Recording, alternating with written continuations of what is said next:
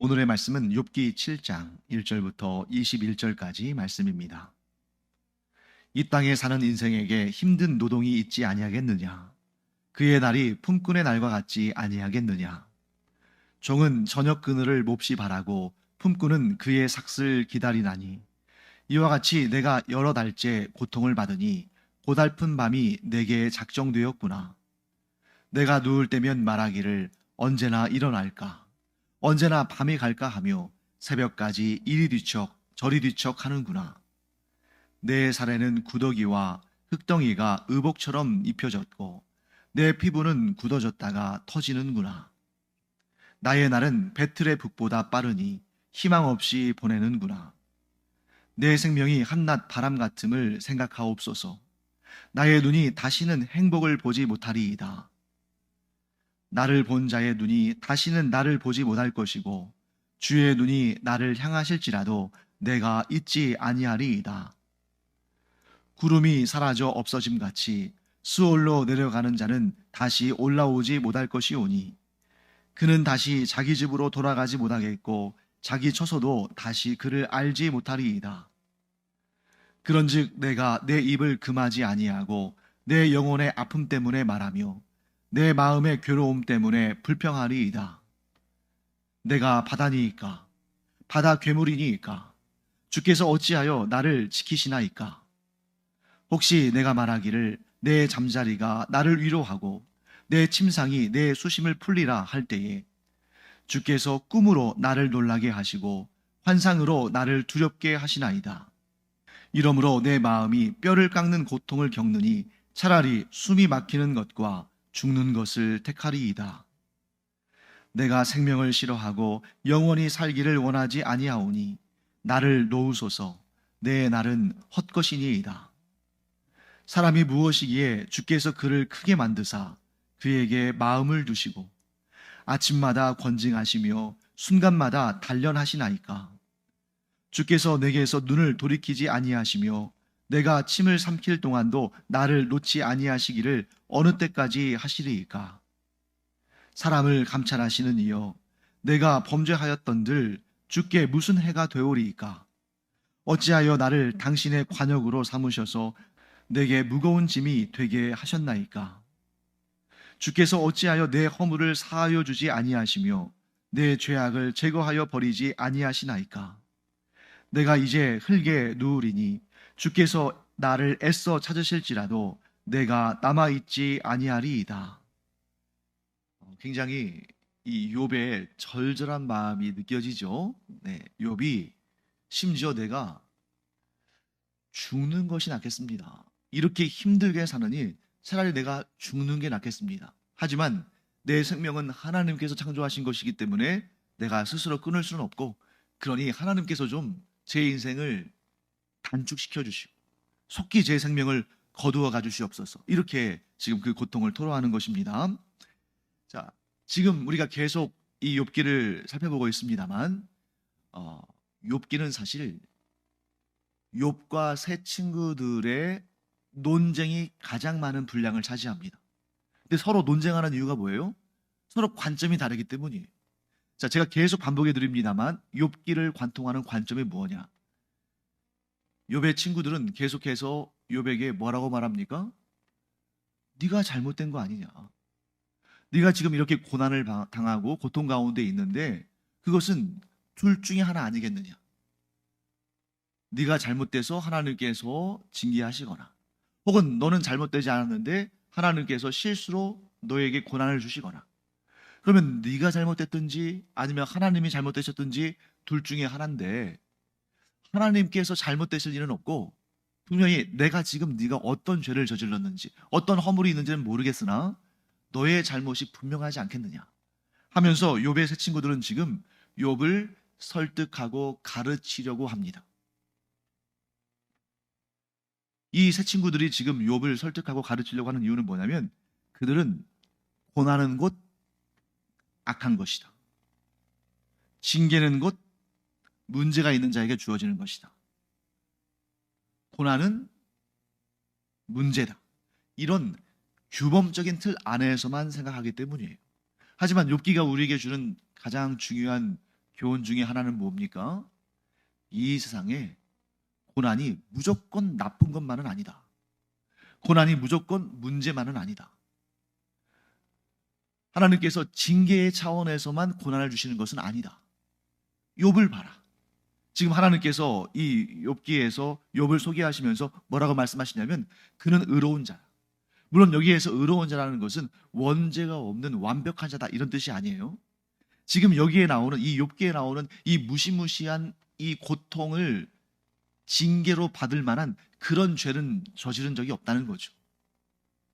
즉 욥이 당하는 고난은 하나님께서 그를 징계하시는 차원에서 주신 고난이 아니라 다른 목적이 있다는 거죠. 지금 욥도 그 목적을 잘 모르겠고 새 친구들은 아예 그것을 인정하지 않지만 하나님은 말씀하시는 것입니다. 너희들의 그 규범적인 사고틀 내에서 고난은 무조건 문제, 이렇게 단정해서는 안 된다. 하나님께서는 고난을 통해서도 하나님의 선하신 뜻을 이루시는 분이시다. 욥은 어떻게 반응합니까? 나 모르겠다 이거예요.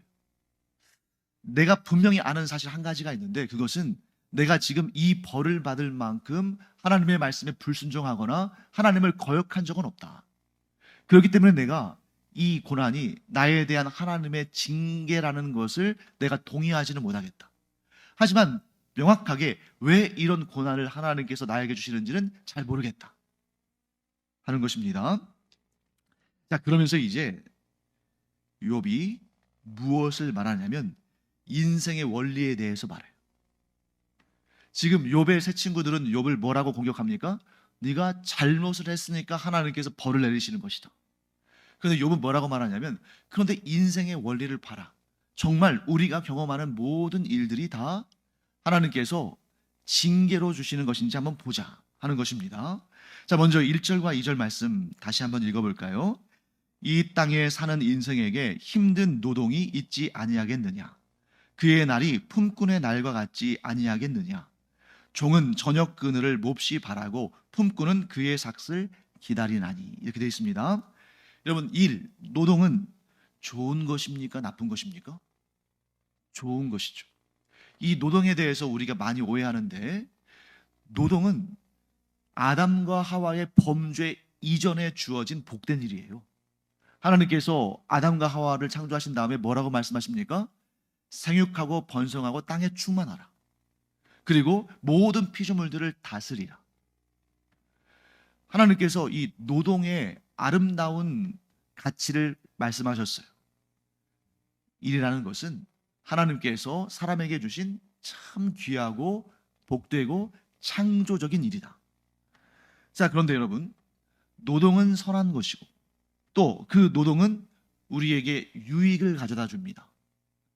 그럼에도 불구하고 이 노동은 또 사람을 힘들게 하죠. 자, 일한다는 것은 좋은 것이지만 동시에 그 일을 하면 또 힘들어요. 이게 참 아이러니하죠. 학생들이 공부를 열심히 하면 그에 대한 보상을 얻습니다. 성적도 오르고 미래도 더 선택의 폭이 넓어지겠죠. 성적이 좋으면. 하지만 공부를 열심히 하는 것은 또 힘듭니다. 우리가 열심히 일하면 그 일한 것에 대한 성과가 있고 대가가 있다는 걸 알지만 그런데 일하는 것 자체는 또 힘듭니다. 이게 바로 세상이라는 거예요. 이 세상의 원리는 좋은 것과 나쁜 것, 유익한 것과 힘든 것, 즐거운 것과 슬픈 것, 이런 것이 항상 함께 가는 것이 이 세상의 원리지 어느 한쪽만 있는 것은 없다는 거예요. 자, 우리에게 기쁜 일이 있으면 그 반면에 슬픈 일도 있는 거죠. 우리에게 소망이 있으면 그 반면에 걱정도 있는 거예요. 우리에게 밝은 날이 있으면 그 반대로 어두운 날도 있습니다. 우리에게 고난이 있으면 그 반대로 회복의 날도 있는 것이다. 이게 너무나도 당연하게 우리의 삶 가운데서 이루어지는데 사람들은 그 원리를 외면합니다. 그리고 고난을 당하면 죽겠다고 해요. 하지만 하나님께서는 그 고난 다음에 무엇도 예비하셨습니까? 회복도 예비하셨어요. 슬픈 일이 있으면 너무너무 고통스러워해요. 하지만 슬픈 일이 있으면 그 다음에 어떤 일도 주셔요? 기쁜 일도 주시는 거예요.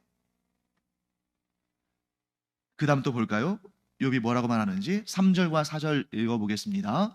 이와 같이 내가 여러 달째 고통을 받으니 고달픈 밤이 내게 작정되었구나. 내가 누울 때면 말하기를 언제나 일어날까, 언제나 밤이 갈까 하며 새벽까지 이리 뒤척 저리 뒤척 하는구나. 자, 여러분들도 불면증을 경험한 적이 있으시죠? 불면증 경험하면 그 밤이 얼마나 길어요. 너무 고통스럽잖아요. 그런데 여러분, 이렇게 하루하루 살아가는 것이 고단하고 힘들고 그 하루를 넘기는 것이 너무 고통스러운 그런 상황이 있는데, 근데 그 다음 볼까요? 또 어떤 말이 나오는지. 6절 말씀 보겠습니다. 6절 한번 읽어보겠습니다. 나의 날은 배틀의 북보다 빠르니 희망 없이 보내는구나. 7절 말씀 읽어볼까요? 내 생명이 한낮 바람 같음을 생각하옵소서. 나의 눈이 다시는 행복을 보지 못하리라. 자, 지금 바로 앞에서 이 밤이 언제나 지나갈까?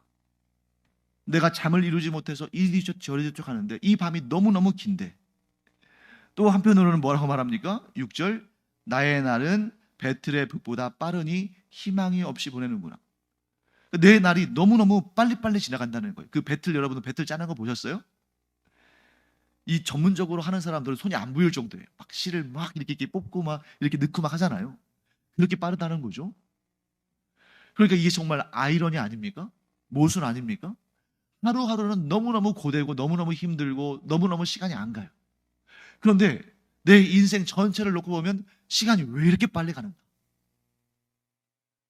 나이가 어리면 그 인생이 얼마나 빨리 가는가 하는 걸 알지도 못하겠지만, 이제 인생이 뭐 60, 70, 80 이렇게 되면 정말 내가 지금까지 70년, 80년 살아온 인생이 얼마나 순식간인가, 이러한 고백을 한다는 거죠. 이게 바로 인간입니다. 하루는 너무나 고되지만 인생은 너무나 짧은, 이것이 바로 인간의 모순된 모습이라는 것이죠. 그렇기 때문에 어떤 사람에게는 인생이 허탈합니다. 그리고 또 어떤 사람에게는 인생이 허무해요. 왜 그렇습니까? 내가 그렇게 하루하루 너무 힘들게 이 하루가 언제 지나가나 이렇게 고통스럽게 지나는 그런 날이 있는 반면에, 또 그 인생을 돌아보니까 이 인생이 너무 허무하구나, 너무 허탈하구나, 뭐 한 것도 없이 지나갔구나. 일이 많을 때는 이 일들을 왜 이렇게 많나, 나에게는 왜 이렇게 할 일이 많나 하다가 또 인생을 마감할 때쯤 되면은 내가 아무것도 이룬 것도 없이 아무것도 한 일도 없이 인생을 마치는구나. 얼마나 모순된 그러한 인생의 모습입니까? 그래서 사람은 소망이 없는 인생을 사는 것처럼 보입니다. 어느 때요? 자기 인생을 자기가 주관한다고 생각할 때. 내 인생 내가 내 마음대로 할 줄 알았어요.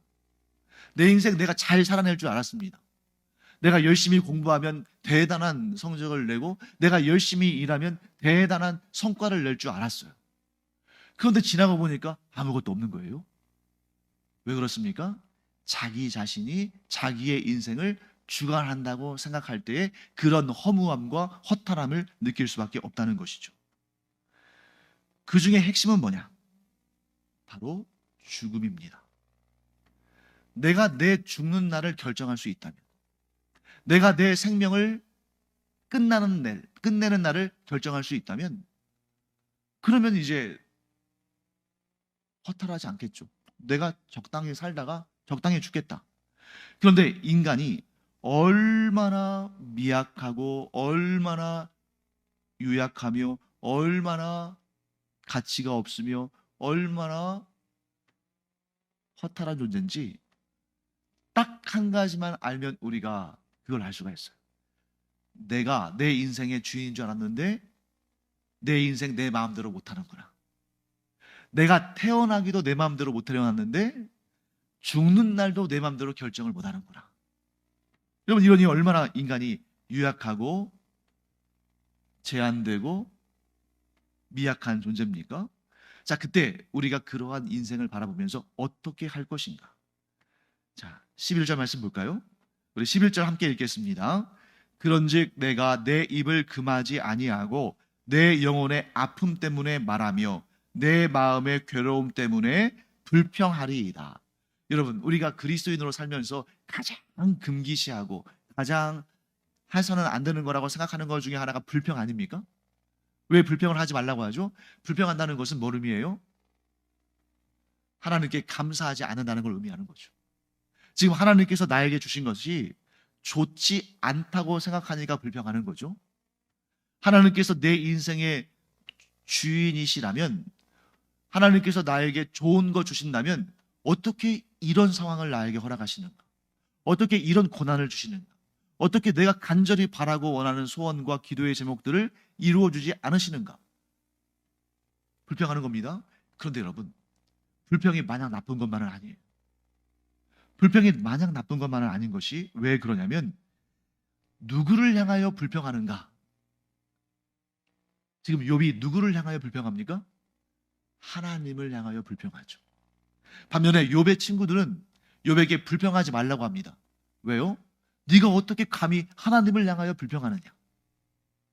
그런데 여기에서 여러분 잘 보세요. 물론 불평이라는 것은 좋지는 않은 것입니다만, 욥의 세 친구들은 하나님을 인격적으로 만나서 하나님과의 그 관계 속에서 자신이 그 인생 가운데 하나님과 함께 인생을 살아가면서 얻은 교훈을 욥에게 전하는 것이 아니라 어디에서 듣고 배운 말을 하는 거예요. 자, 이 사람들이 하나님에 대해서 듣고 하나님에 대해서 배우고 그것으로 자기의 어떤 하나님을 아는 지식을 쌓고 그 자기가 쌓은 하나님의 지식을 가지고 욥에게 훈계하고 가르칩니다. 야, 하나님은 의로우신 분이잖아. 그렇기 때문에 하나님은 결코 까닭 없이 고난을 주지 않으시오. 그런데 욥, 너는 지금 고난을 당하고 있잖아. 그러면 너에게 무슨 죄가 있고 허물이 있기 때문에 하나님께서 이렇게 징계하는 거 아니겠어? 자기가 살면서 만난 하나님, 자기가 삶에서 경험한 하나님의 역사를 가지고 욥에게 훈계하는 것이 아니라 어디에서 들은 하나님에 대한 지식, 내가 배운 하나님에 대한 내용들을 가지고 욥을 훈계하고 욥에게 심지어 꾸짖기도 합니다. 그런데 지금 욥은 뭐 하고 있어요? 11절 말씀 그 끝부분 보세요. 내 마음의 괴로움 때문에 불평하리이다. 자, 지금 욥은 새 친구들에게 불평합니까? 아니에요. 새 친구들은 지금 욥의 말을 듣고는 있습니다만 욥은 새 친구들에게 지금 불평하는 게 아니에요. 욥은 지금 누구에게 불평합니까? 하나님께 불평하는 겁니다. 하나님께 불평해요. 물론 하나님께 불평을 하지 않는 것이 제일 좋습니다만, 그래도 가장 중요한 것은 뭐냐면 하나님과의 관계가 끊어지지 않고 있다는 거죠. 지금 이 고통 가운데 욥이 그래도 하나님을 떠나지 않고 하나님께 나아가서 불평을 하고 있어요. 욥의 아내는 욥의 고통을 보면서 뭐라고 말했습니까? 그렇게 사느니 하나님을 욕하고 죽어라. 다른 말로 하면 뭡니까? 하나님을 저주하고 하나님을 떠나버리고 그냥 차라리 죽는 게 낫지 않냐? 그런데 욥은 끝까지 하나님을 떠나지 않아요. 심지어 그 고통이 왜 생겼는지 알지 못해서 고민하면서 정말 너무너무 힘들지만 그럼에도 불구하고 하나님을 떠나지 않고 하나님 앞에 불평이라도 합니다. 사랑하는 성도 여러분, 하나님을 떠나 있는 사람보다는 하나님과의 관계가 연결되어서 불평이라도 하는 인생이 낫다. 불평을 하는 날이 있으면 언젠가 깨닫고 찬양하고 기뻐하고 찬송하는 날도 오겠죠. 중요한 것은 뭡니까? 내가 아무리 힘들고 아무리 고달프고 아무리 괴로워도 하나님을 떠나는 것은 최악이다. 반면에 보다 성숙한 모습으로 하나님 앞에, 하나님, 이 고난에도 하나님의 뜻이 있으시겠죠.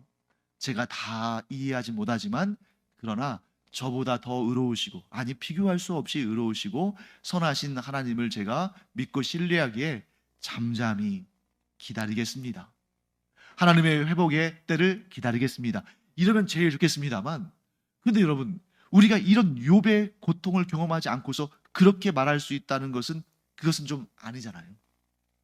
우리가 욥의 상황과 욥의 고통과 욥의 그 인생의 무게를 알지도 못하면서 이렇게 해야 되지 않겠어요? 이게 맞지 않아요? 왜 그렇게 해요? 잘못된 거 아니에요? 이렇게 말하는 것은 옳지 않다. 그래서 지금 욥기 처음부터 계속해서 이 욥기의 말씀이 우리에게 뭘 가르칩니까? 남에 대해서 그렇게 함부로 속단하지 말아라. 다른 사람의 고난에 대해서 그렇게 네가 가진 짤막한 지식으로 그렇게 네 마음대로 해석하지 말아라. 차라리 그럴 거면 아무 말도 하지 말고 그의 얘기를 들어주고 그의 곁에서 그와 공감하는 마음을 가지고 그 옆에 지켜줘라. 그리고 욥을 통해서 하나님은 이렇게 말씀하십니다. 탄식이 나올 때는 탄식해라. 사람 앞에서 탄식하지 말고 나에게 나와서 나에게 탄식해라. 너의 그 탄식과 불평을 소화해낼 사람은 아무도 없다. 봐라, 너의 아내마저도 너의 그 고통을 이해하지 못하고 너를 떠났는데 너의 그 고통과 너의 그 탄식을 이해하고 보듬어주고 은혜로 덮어주고 회복시켜주는 분은 하나님뿐이시다. 이 가르침을 욥기가 우리에게 주고 있는 것입니다. 사랑하는 성도 여러분, 오늘 이 본문의 핵심은 뭐냐면 사람과의 관계 속에서 상처 주고 상처받지 말고 하나님을 바라라. 내 마음에 탄식이 있을 때도 하나님께 고백하고 내 마음에 불평이 있을 때도 그것을 사람에게 쏟아내지 말고 하나님께 쏟아내라. 그러면 하나님께서 모든 것을 안으시고 너를 회복시키시고 위로해 주실 것이다. 그래서 이 땅에 오신 하나님이신 예수님께서 우리에게 뭐라고 말씀하십니까? 수고하고 무거운 짐진 자들아 다 내게로 오라. 내가 너희를 쉬게 하리라. 자, 예수님께서 어떤 방식으로 우리를 쉬게 하십니까? 우리의 그 수고하고 무거운 짐을 대신 지어주심으로.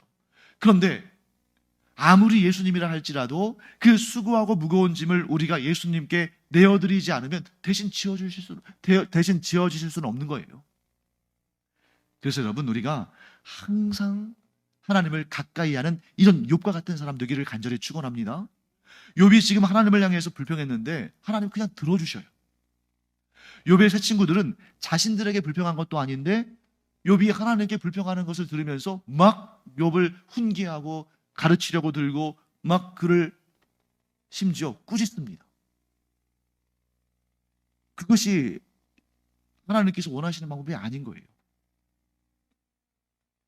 하나님께서 욥을 의롭다 하신 것은 그의 삶을 통해서 하나님께 솔직했기 때문입니다. 그의 삶을 통해서 괴로울 때는 괴롭다고 하고 기쁠 때는 기쁘다고 하고 삶의 모든 순간, 희로애락의 모든 순간에 하나님과 동행하고 하나님을 만나고 하나님께 고백하고 하나님의 말씀을 듣기를, 하나님의 답을 얻기를 간절히 구한 사람이었기 때문에 하나님께서 욥을 의롭다고 하신 거예요. 사랑하는 성도 여러분, 이 시대에 어떤 사람이 하나님 앞에 의로운 사람이겠습니까? 하나님과의 관계를 끊지 않고 삶의 모든 순간순간을 하나님과 함께 살아가는 사람, 그를 하나님께서 의롭다 하실 줄 믿습니다. 사람 사이의 의는 중요하지 않아요. 왜? 완벽한 의는 없거든요. 서로 비교해가면서 내가 더 의롭다, 내가 더 옳다, 내가 더 맞다. 아니, 그래봤자 도토리 키재기 아닙니까? 진정한 의는 무엇입니까? 어떤 순간에도 하나님을 바라보고 고난과 슬픔과 괴로운 때에도 오직 하나님을 향하여 입을 여는 자, 그를 하나님께서 의롭다 하실 줄 믿습니다. 여러분과 제가 이와 같이 사람에게 쏟아내는 그런 인생이 아니라 하나님께 쏟아내는, 그리고 또 하나님이 주시는 은혜와 위로와 응답을 얻는 그런 인생 살기를 간절히 축원합니다. 기도하겠습니다. 하나님, 이 욥의 모습을 통해서 저희의 모습을 또 바라보게 됩니다. 저희가 슬프고 힘들고 괴로울 때에 더욱 하나님을 가까이 하고 더욱 하나님을 향하며 하나님께 쏟아내야 되는데 혹여라도 사람에게 혹은 혹여라도 나 자신에게 불평과 원망하다가 오히려 문제가 더 커지는 그런 상황을 맞이하지 않는지 스스로를 돌아보게 됩니다. 하나님, 저희가 더 하나님을 가까이 하는 사람 되게 하여 주시옵소서. 찬양과 기쁨의 고백뿐만 아니라 불평과 원망까지도 다 받아주시고 그 무거운 짐을 대신 지어주시는 하나님을 저희들이 날마다 만나고 하나님과의 그 관계가 더 깊어지는 저희들 되게 하여 주시옵소서. 그래서 처음에는 불평하고 원망할지라도 점점 하나님의 마음을 알아감으로 그 불평과 원망이 감사와 기쁨으로 찬송과 찬양으로 바뀌는 역사가 있게 하여 주시옵소서. 감사드리며 이 모든 말씀 살아계신 우리의 주님 예수 그리스도의 이름으로 축복하며 기도합니다. 아멘.